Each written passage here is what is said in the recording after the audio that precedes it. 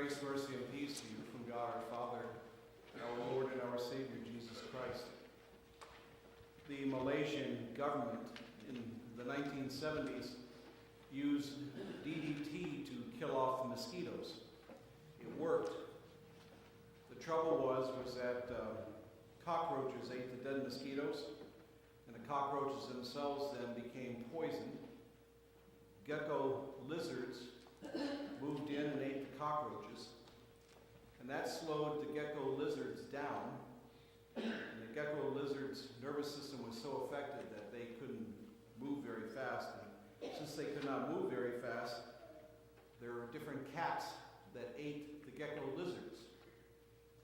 Once the cats ate the gecko lizards, the cats died of the poison of DDT.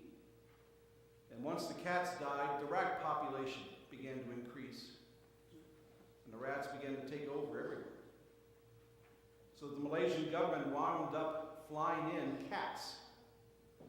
Stopped using the DDT. They flew in cats to try to take care of the rats again. Everything matters. Every move matters. The one thing affects the other, the other, the other. And all of a sudden we can find ourselves in a wilderness we didn't even intend to go. But we find ourselves there. What we know, what we don't know, what we don't know, we don't know, all matters. What we follow, who we follow, when we follow, where we go, step by step by step. It was first of all okay just to kind of laugh at the Jewish people. Everyone likes a good joke here and there. All of us have told nice Jewish jokes before. Did you hear about the Jewish man who we all like a good Jewish joke? It used to be okay just to tell jokes about him. Then it was okay to stop them on the streets, kind of ridicule them, make fun of them, knock off their yarmulkes, maybe cut their hair. Then it was okay to throw rocks through their stores, their places of business, to destroy them. Then it was okay to put them into these ghettos that they had in the cities. Locked them up in these walled prisons. Then it was okay to take them from those ghettos and put them into concentration camps. And then it was okay to take them in those concentration camps to kill them. Put them in ovens. Step by step, by step by step. And all of a sudden, they found themselves in a wilderness. A dark wilderness. We find ourselves in these wildernesses all the time, unintentionally, usually. Jesus intentionally went into the wilderness to try to bring us out. First experience I had with a suicide was a friend of mine in high school. And I went to see his mother. It took up every ounce of courage that I had to go see his mother the next day, sit and talk with him. I was one of his best friends. And I remember walking out from that home, I experienced something which a lot of you have experienced at the time of death. It was a Saturday. It was a beautiful summer Saturday. Perfect temperatures for everyone, I think, most everyone. There were people out mowing their lawn. There were kids out playing. Cars going by. Birds singing sweetly in the trees. And I looked all around at everyone doing their normal Saturday, beautiful Saturday things. And I felt like I was in a wilderness. I was saying, what's wrong with you people? Don't you know what just happened? Don't you understand the tragedy that occurred? How can you go about just doing your normal things? I thought. I wandered off into this wilderness. This wilderness that looked like any other normal day. Wildernesses at the time of Jesus, when they talk about wilderness in the Bible, they mean a desert. But there's all sorts of wildernesses in this world and inside our heads and inside our hearts. As a little boy who was in Sunday school, the teacher asked what you have to do to be forgiven. The little boy said, first you have to sin. And that's the truth.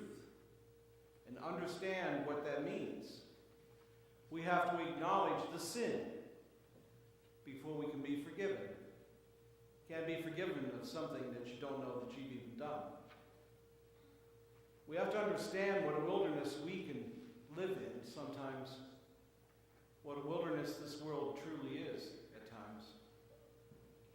We have to understand that first before we can go out of the wilderness.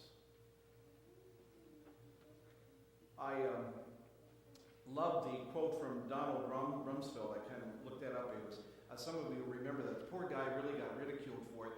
But actually, we don't know what the knowns are. Remember that thing? But he really got a lot of ridicule for this thing, in case you've never heard it before.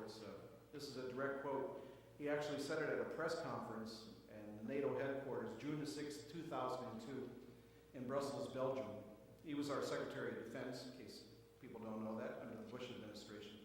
But he said, there are things we know that we know, and there are known unknowns. That is to say, there are things that we now know we don't know. But there are also unknown unknowns. There are things we do not know that we don't know. And although that sounds kind of convoluted and pretty easy to make fun of, I think it's true. I think it's absolutely true. The knowns, the unknowns, what do we know? So easy to get lost in the wilderness out there without you even knowing you're getting lost. My middle daughter, who belongs to this church, was talking to my wife one day. She didn't know I was around, and she was in tears, and she looked up at my wife, and she said, Mommy, she has sort of curly hair. It's not real curly, but sort of curly. And she looked up at my wife, and she said, Mommy, through her tears, will my hair be like Daddy's one day? To know what kind of wilderness she was getting into. She was afraid.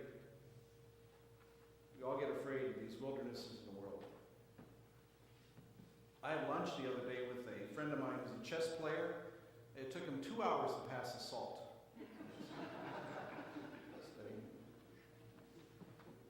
We usually don't do that much studying in situations. We usually just act. We jump from here to there. We either do that or else we slowly drift without even knowing that we're drifting. Best definition of sin, I think, is when we walk away from God. That is what sin is, walking away from God. Sometimes jumping away from God, sometimes drifting away from God. But the love of Jesus Christ knows no bounds, and it will find us. There is no wilderness in this world that is too vast that he will not search us out. Goes into those wildernesses to conquer them. Intentionally goes into them. And love has to be intentional, as Jesus showed us. Love doesn't just happen. Love intentionally seeks us out through our Lord and our Savior, Jesus Christ. There's a little girl who asked her mother where the human race came from, and she said, well, it came from Adam and Eve. The little girl asked her father when he came home where the human race came from. Father said, well, it came from apes. The little girl went back to her mother and said, I'm kind of puzzled over this. She said, you said it came from Adam and Eve. Daddy said it came from apes. And she said, well, sweetheart, I was telling you about my side of the family. He was telling you about his.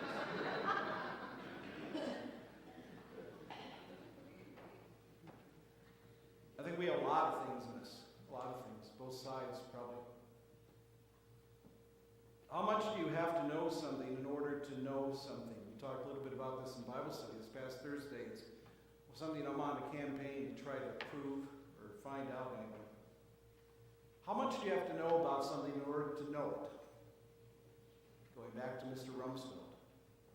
How much do you have to know about a Rubens